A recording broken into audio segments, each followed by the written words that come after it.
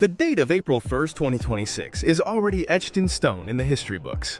It is no longer a promise, a computer render, or a plan in a NASA PDF. 54 years after Eugene Cernan and Harrison Schmitt left their footprints in the Taurus Valley during Apollo 17, human beings have once again broken the chains of Earth's low gravity to set course for the moon. The Artemis II mission is now in space, and the launch has been a complete success. Welcome to the next framework in space, the place where we break down and learn about the present of cutting-edge engineering so that we can build the future. Today, we are going to relive what we just witnessed, that historic launch that gave us goosebumps, but above all, we are going to delve into the engineering of what is going to happen from this very moment. Throughout this video, we are going to break down the 10 most critical days of modern space exploration.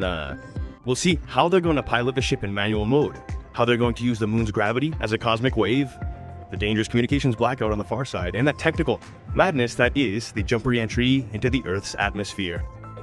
Look at these images on the screen. Look at the size of that beast.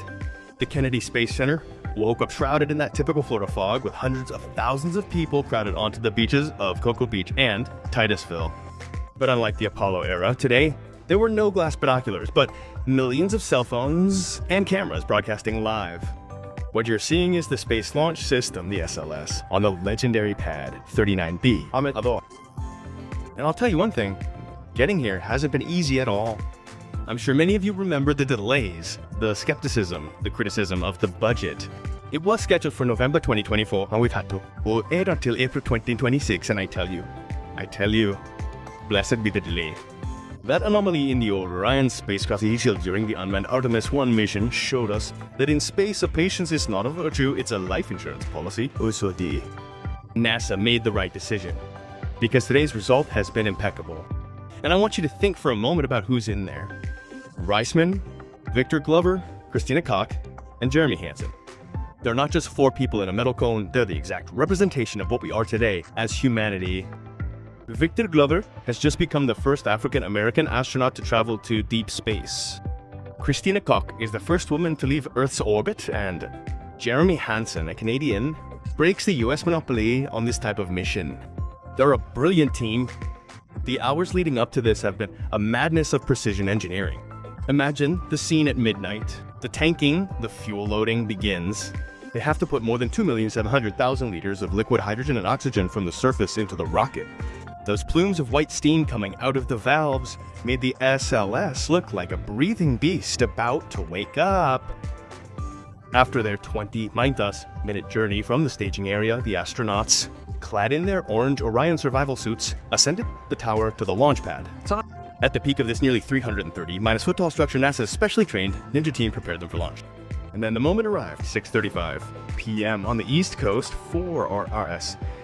25 engines and 2 solid fuel boosters igniting simultaneously. We're talking about nearly 9 million pounds of thrust. That's 17% more powerful than the Apollo Saturn V. Yeah. The sheer force of those engines literally shook the ground in Florida. Before Carlos tells you more, we ask that you subscribe to the channel. That's the best way to support us in creating more content. Thank you. Everything went smoothly. They passed max Q, that critical point where the ship experiences maximum aerodynamic pressure, and 2 minutes later, those 2 solid side thrusters that you see detaching with perfect pyrotechnic precision fell into the Atlantic. 8 minutes later, the core stage separated. They were in orbit. Houston took control and read. Wise men reported that everything was working perfectly. But watch out, because this is where the story gets serious. The launch was a resounding success, yes, but the mission has only just begun. Right now, as we speak, the Orion spacecraft is secured in Earth orbit and attached to the interim cryogenic propulsion stage, what engineers call the ICPS. What lies ahead are 10 days of pure tension. A schedule that does not forgive mistakes, thanks. Because let's not forget one thing. Artemis II is not going to land on the moon. It is a manned test flight. It is the dress rehearsal where each and every one of the life support systems will be tested to the limit. In these first 24 hours in high Earth orbit, the crew is unbuckling to test the most important thing, the ECSS system. They have to validate that the capsule can purify the air. manage the water, control the temperature, and even use the toilets for 10 days straight. Days. It seems silly, but going to the bathroom in the deep space and having the system not fail is pure survival. And here comes one of the maneuvers that personally amazes me the most about this mission, the so-called proximity operations, or prox. And I'll pause here because I'm very interested in knowing your opinion on this.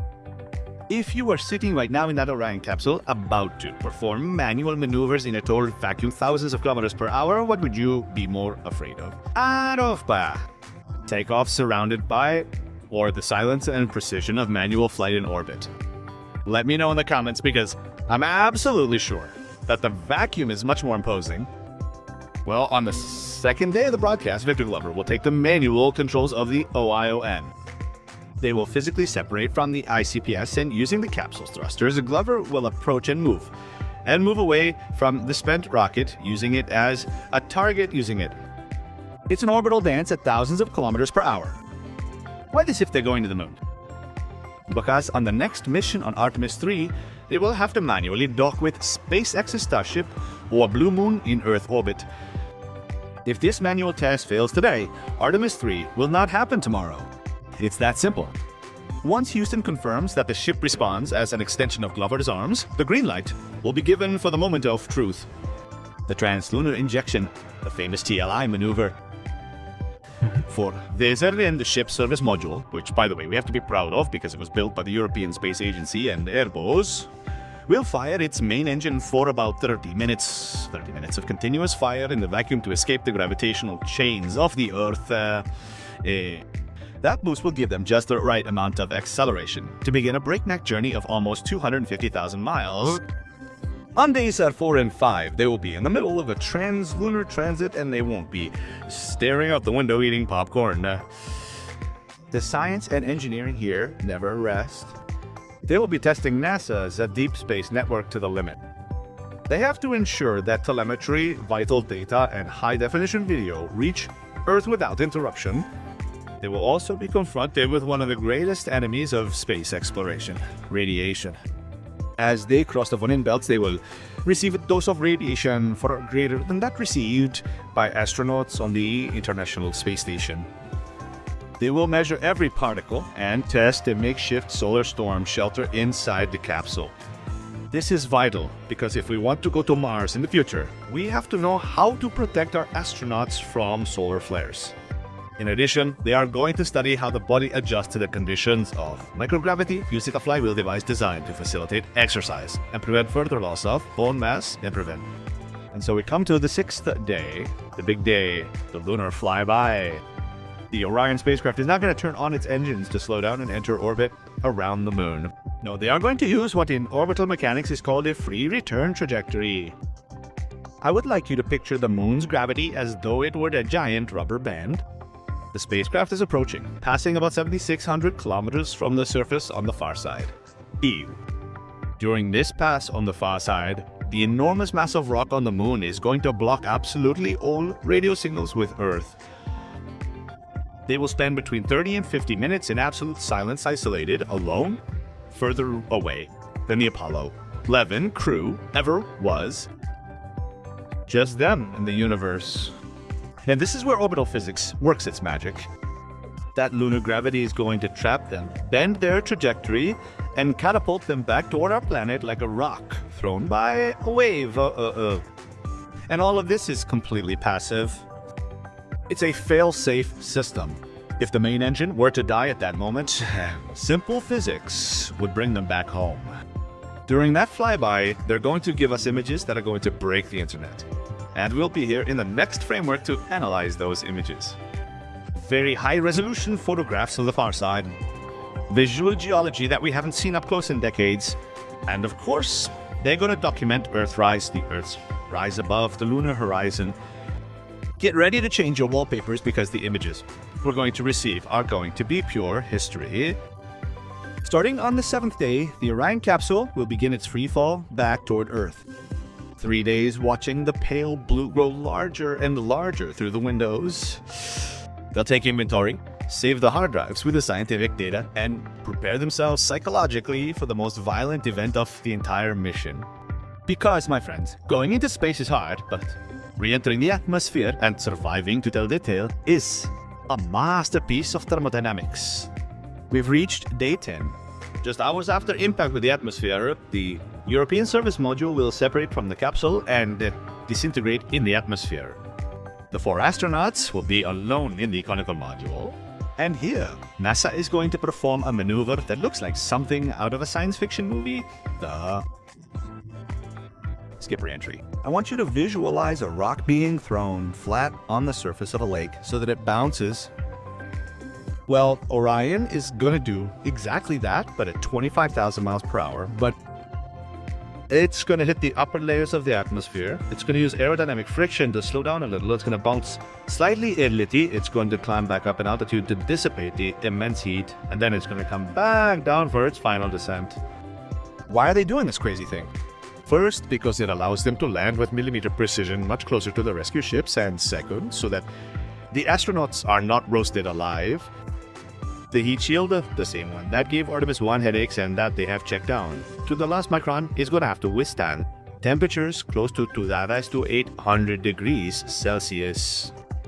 To give you an idea, that's hotter than the lava from an erupting volcano. If that shield fails by 1 millimeter, the hyperhot plasma will melt the capsule in seconds.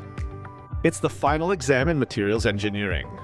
If all goes well, the friction will slow the ship enough to open the stabilizer parachutes, then the main parachutes, and we will see Orion splash down gently in the Pacific Ocean at about 32 kilometers to the H OBH. Waiting for them at that location will be NASA divers and US Navy vessels ready to retrieve them from the water. And I want to finish by reflecting on what all this means. Today, we saw fire on Pad 39B, but what really launched is the first pillar of our interplanetary future. The success of these next 10 days is all that separates us from Artemis III. If life support holds, if the heat shield doesn't give way, and if navigation is precise, the door is wide open for us to set foot on lunar dust again this decade. Panticide. This time at the South Pole, NASA has scheduled Artemis III for 2027 or 2028 with a transfer between Starship or Blue Moon and an Orion spacecraft in Earth orbit, and Artemis VI with lunar landing. Honestly, given the complexity of the landing modules and applying the classic Elon time to SpaceX's Starship, which has to act as a lunar elevator, I would almost bet on 2029 or 2030 to see boots on the moon. But exact times don't matter. The important thing is that the machinery can no longer be stopped. This is the dress rehearsal for our generation to see the first human walk on the red sands of Mars. Today, we rolled the dice and the flight of these 4 pioneers shows us the way. We are back to stay, and now it's your turn. What do you think of the architecture of these missions? Do you think Starship will be ready in time for Artemis III? Or do you think SpaceX and Blue Origin's deadlines are going to be much longer? Do you want me to make a video analyzing in depth how the docking in lunar orbit is going to work for the next mission? Let me know in the comments, because I read you all, and from there we will come up with the next topic on the channel. You know, if you liked this unfiltered analysis of space engineering, subscribe to the Next Framework in space. So, by the way, give it a like and share the video with all the space nerds, you know. We continue learning about the present to build our future. See you in the next video.